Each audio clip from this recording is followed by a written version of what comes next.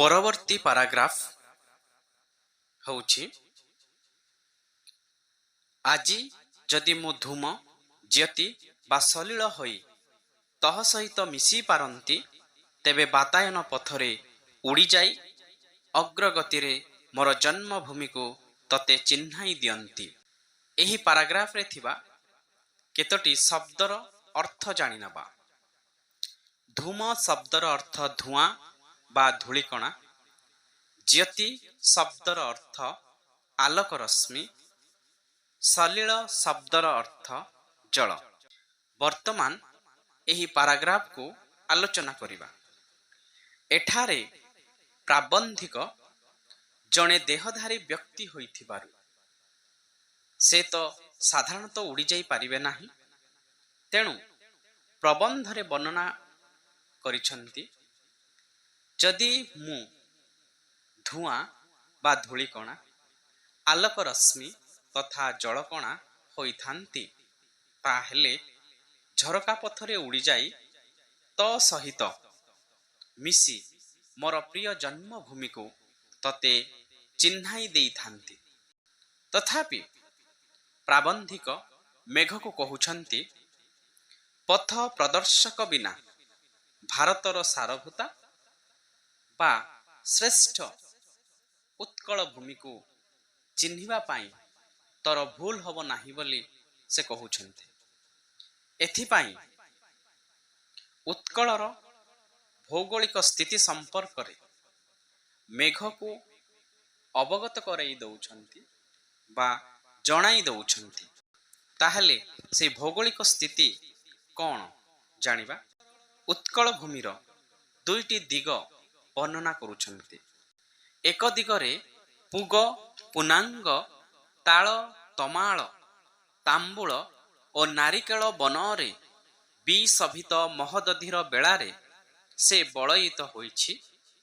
ଆଉ ଅନ୍ୟ ଦିଗରେ ତୁଙ୍ଗ ଶିଖରୀ ସମାକୁଳ ନିବିଡ଼ ବନରାଜିର ଅସରନ୍ତି ଶ୍ୟାମସଭାରେ ଅପରୂପା ହୋଇଛି। ଏହି ପାରାଗ୍ରାଫରେ ଥିବା କେତୋଟି ଶବ୍ଦର ଅର୍ଥ ଆମକୁ ଜାଣିବା ନିହାତି ଆବଶ୍ୟକ। ପୁଗ ଶବ୍ଦର ଅର୍ଥ ଗୁଆ। ପୁନାଙ୍ଗ ଶବ୍ଦର ଅର୍ଥ ପଲାଙ୍ଗ।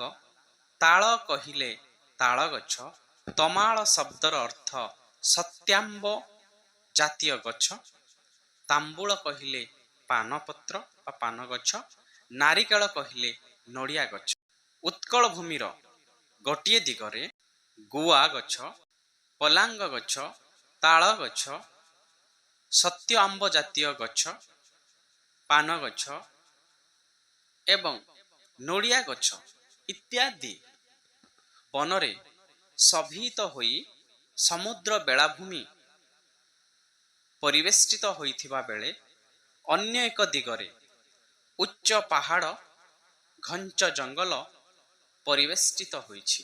ଏଭଳି ଭୌଗୋଳିକ ପରିବେଶରେ ରହିଥିବା ଅଞ୍ଚଳ ହେଉଛି ଉତ୍କଳ ଭୂମି ବୋଲି ପ୍ରାବନ୍ଧିକ ମେଘକୁ ଜଣାଇ ଦେଇଛନ୍ତି। ତେଣୁ ଏଭଳି ଭୌଗୋଳିକ ପରିବେଶରେ ବା ଏଭଳି ଦେଖାଯାଉଥିବା ଉତ୍କଳ ଭୂମିକୁ ମେଘ ନିଶ୍ଚିତ ଭାବରେ ଚିହ୍ନି ପାରିବ ବୋଲି ପ୍ରାବନ୍ଧିକ ତାଙ୍କ ପ୍ରବନ୍ଧରେ ଉଲ୍ଲେଖ କରିଛନ୍ତି। ପରବର୍ତ୍ତୀ ଧାଡ଼ିରେ କହୁଛନ୍ତି ପ୍ରାବନ୍ଧିକ ଉତ୍କଳର ଅତୀତ ଗୌରବ ଗାଥା ମେଘକୁ ଜଣାଇ ଦେଇଛନ୍ତି ଯେ ଅତୀତ ଉତ୍କଳ କୋଟି ବୀର ପ୍ରସବିନୀ ଥିଲା, କୋଟି କୀର୍ତ୍ତି କିରୀଟିନୀ ଥିଲା, ତଟିନୀ ତଟମାଳିନୀ ଥିଲା, ପ୍ରଚ୍ଛନ୍ନ ରତ୍ନଧାରିଣୀ ଥିଲା, ସୁଜଳା ସୁଫଳା ଶ୍ୟାମଳା ଥିଲା। କିନ୍ତୁ ଆଜି ପତିତା ଲାଞ୍ଛିତା ଓ ଖଣ୍ଡିତା ବୋଲି ପ୍ରାବନ୍ଧିକ ତାଙ୍କ ପ୍ରବନ୍ଧରେ ଦୁଃଖ ପ୍ରକାଶ କରିଛନ୍ତି। ଏହିପରି ଉତ୍କଳ ବା ଓଡ଼ିଶା ଅତୀତରେ ଗୌରବ ସମ୍ପନ୍ନ ଥିବା ବେଳେ ବର୍ତ୍ତମାନ ଅବହେଳିତ ରହିଥିବା ଓଡ଼ିଶା ଭୂମିକୁ ଚିହ୍ନିବା ପାଇଁ କଷ୍ଟକର ହେବ ନାହିଁ ବୋଲି ମେଘକୁ ପ୍ରାବନ୍ଧିକ କହିଛନ୍ତି। ପରବର୍ତ୍ତୀ ଧାଡ଼ିରେ ବର୍ଣ୍ଣନା କରିଛନ୍ତି ଲେଖକ। ବିଜୁଳି ବିମଣ୍ଡିତ ଅର୍ଥାତ୍ ବିଜୁଳି ଘଡ଼ଘଡ଼ି ସହ ପ୍ରଚୁର ବର୍ଷା ଜଳ ଧାରଣ କରି ପବନରେ ଭାସି ଭାସି ଉତ୍କଳ ଆକାଶରେ ଆବିର୍ଭୂତ ହୋଇଯିବ ବୋଲି ମେଘକୁ କହିଛନ୍ତି। ଉତ୍କଳ ଆକାଶରେ ମେଘକୁ ଦେଖି ଉତ୍କଳବାସୀ ରୂପସୁଧା ପାନ କଲା ପରି ତତେ ଚାହିଁ ରହିବେ। ଏହାକୁ ବୁଝେଇବାକୁ ଯାଇ ପ୍ରାବନ୍ଧିକ ଏକ ସୁନ୍ଦର ଉଦାହରଣ ଦେଇଛନ୍ତି। ବନମାଳୀ ବା ଶ୍ରୀକୃଷ୍ଣଙ୍କ ରୂପ ସୌନ୍ଦର୍ଯ୍ୟ ଦର୍ଶନ କରି ଗୋପଙ୍ଗନାମାନେ ଯେଉଁ ସୌନ୍ଦର୍ଯ୍ୟର ଅମୃତ ପାନ କଲା ଭଳି ଅନୁଭବ କରିଥାନ୍ତି, ଠିକ୍ ସେହିପରି କୋଟି କୋଟି ଉତ୍କଳବାସୀ ମେଘକୁ ଦେଖି ସେହି ଅମୃତ ପାନ କଲା ଭଳି ଅନୁଭବ କରିଥାନ୍ତି ବୋଲି ପ୍ରାବନ୍ଧିକ ବର୍ଣ୍ଣନା କରିଛନ୍ତି। ତାପରେ ଆମେ ଦେଖିବା ପରବର୍ତ୍ତୀ ପାରାଗ୍ରାଫ। ଜଳଦ ଦରିଦ୍ରଠାରେ ହିଁ ବଦାନ୍ୟତାର ମହତ୍ତ୍ୱ ବଢ଼ି ଉଠେ। ଏହି ଦରିଦ୍ର ବନବାସୀମାନଙ୍କୁ ନିରାଶ ନ କରି ତୋର ବଦାନ୍ୟତା ସେମାନଙ୍କ ଠାରୁ ହିଁ ଆରମ୍ଭ କରିବୁ ବୋଲି ପ୍ରାବନ୍ଧିକ ମେଘକୁ ଜଳଦକୁ ଅନୁରୋଧ କରିଛନ୍ତି। ଏହି ପାରାଗ୍ରାଫରେ କେତୋଟି ଶବ୍ଦର ଅର୍ଥ ଜାଣିନେବା। ବଦାନ୍ୟତା ଶବ୍ଦର ଅର୍ଥ ଦାନୀପଣ। ଗୋପଲର ଗଳଗଣ୍ଠି କହିଲେ ଗାଈ ବଳଦମାନଙ୍କ ତଥା ଗୋରୁମାନଙ୍କ ଗଳା ବା ବେକରେ ଲାଗିଥିବା ଘଣ୍ଟି ବା ଟିପା। ଲଳନା ଶବ୍ଦର ଅର୍ଥ ନାରୀ ବା ଝିଅ। ମାଦଳସା ଶବ୍ଦର ଅର୍ଥ ଆଳସ୍ୟଯୁକ୍ତ ବା ହର୍ଷ ଯୋଗୁଁ ବିଭୋର ହୋଇଥିବା। ବର୍ତ୍ତମାନ ଆଲୋଚନା କରିବା ଏହି ପାରାଗ୍ରାଫକୁ। ପ୍ରାବନ୍ଧିକ ମେଘକୁ ପ୍ରଥମେ ଓଡ଼ିଶାର ପାହାଡ଼ିଆ ବନବାସୀଙ୍କ ଅଞ୍ଚଳରେ ବର୍ଷା କରିବାକୁ ଅନୁରୋଧ କରିଛନ୍ତି। ଏହି ପାରାଗ୍ରାଫରେ ବର୍ଣ୍ଣନା କରୁଛନ୍ତି, ଦରିଦ୍ରମାନଙ୍କୁ ଦାନ କଲେ ବଦାନ୍ୟତା ବା ଦାନୀପଣର ମହତ୍ତ୍ୱ ବଢ଼ିଥାଏ। ସାଧାରଣତଃ ଓଡ଼ିଶାର ପାହାଡ଼ିଆ ଅରଣ୍ୟ ଅଞ୍ଚଳରେ ବସବାସ କରୁଥିବା ବନବାସୀମାନେ ଗରିବ ବା ଦରିଦ୍ର। ତେଣୁ ମେଘକୁ ଅନୁରୋଧ କରିଛନ୍ତି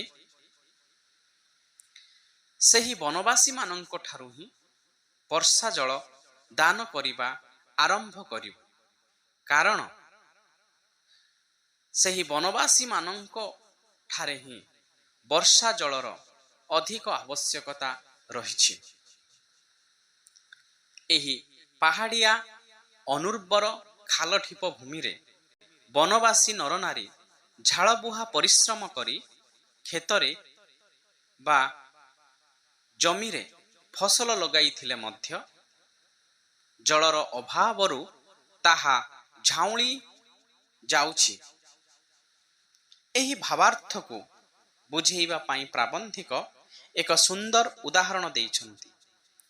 ରୋଗଶଯ୍ୟାରେ ପଡ଼ିଥିବା ପୁଅ ଝିଅଙ୍କୁ ଦେଖି ବାପା ମାଙ୍କ ମନରେ ଯେଉଁ ଭୟ ଆଶଙ୍କା ଦେଖାଦିଏ, ଠିକ୍ ସେହିଭଳି ଝାଉଁଳି ଯାଉଥିବା ଫସଲକୁ ଦେଖି ବନବାସୀମାନେ ଭୟରେ ଆତଙ୍କରେ ଥରି ଉଠିଥାନ୍ତି।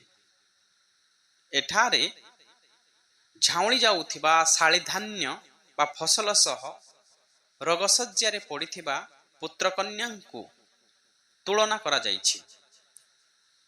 ପରବର୍ତ୍ତୀ ଧାଡ଼ିରେ ପ୍ରାବନ୍ଧିକ ବନବାସୀମାନଙ୍କ ଗ୍ରାମ ସମ୍ପର୍କରେ କହୁଛନ୍ତି। ସାଧାରଣତଃ ସେହି ଘଞ୍ଚ ଜଙ୍ଗଲରେ ରହୁଥିବା ବନବାସୀମାନଙ୍କର ଗ୍ରାମକୁ ସହଜରେ ଜାଣିହେବ ନାହିଁ। ତେଣୁ ପ୍ରାବନ୍ଧିକ ମେଘକୁ ସୂଚନା ଦେଉଛନ୍ତି, ଘଞ୍ଚ ଜଙ୍ଗଲରେ ଛୋଟ ଛୋଟ କୁଡ଼ିଆ ଘର କରି ଏହି ବନବାସୀମାନେ ବସବାସ କରିଥାନ୍ତି। ତେଣୁ ସେମାନଙ୍କ ଗ୍ରାମକୁ ତୁ ସହଜରେ ଖୋଜି ପାଇବୁ ନାହିଁ। ଏହି ପ୍ରସଙ୍ଗରେ ସେମାନଙ୍କର ଗ୍ରାମକୁ ଜାଣିବା ପାଇଁ ବା ଗ୍ରାମ ସୀମାକୁ ଜାଣିବା ପାଇଁ ପ୍ରାବନ୍ଧିକ ମେଘକୁ 5ଟି ସଂକେତ ଜଣାଉଛନ୍ତି। ସେହି 5ଟି ସଂକେତ ବା 5ଟି କଥା କ'ଣ ବର୍ତ୍ତମାନ ଆମେ ଜାଣିବା। ପ୍ରଥମ ହେଲା ସେହି ବନବାସୀମାନଙ୍କ ଗୋରୁପଲର ଗଳଗଣ୍ଠି ଧ୍ୱନି ଶୁଣି ମେଘ ତୁ ଜାଣିପାରିବୁ ଯେ ଏହା ହେଉଛି ବନବାସୀମାନଙ୍କ ବାସଭୂମି। ଏବଂ ଦ୍ୱିତୀୟ ସଂକେତ ବା ବିଷୟ ହେଲା ଗୋରୁ ଜଗୁଆଳି ଯୁବକଙ୍କ ବଂଶୀସ୍ୱନ ଶୁଣି ମେଘ ତୁ ଜାଣିପାରିବୁ ଏହା ବନବାସୀମାନଙ୍କ ଗ୍ରାମ ବା ବାସଭୂମି। ତୃତୀୟ ସଂକେତ ବା ବିଷୟ ହେଲା ବନବାସୀମାନଙ୍କ ଛୋଟ ଛୋଟ କୁଡ଼ିଆ ଘରରୁ ଉତ୍ପନ୍ନ ହୋଇ କୁଣ୍ଡଳୀ ଆକାରରେ ବା ଚକ୍ରାକାରରେ ମୋଡ଼ି ମୋଡ଼ି ହୋଇ ଆକାଶ ମାର୍ଗକୁ ଯାଉଥିବା ଧୂଆଁକୁ ଦେଖି ମେଘ ତୁ ଜାଣିପାରିବୁ ଏହା ହେଉଛି ସେହି ବନବାସୀମାନଙ୍କର ଗ୍ରାମସୀମା ବା ଗ୍ରାମ।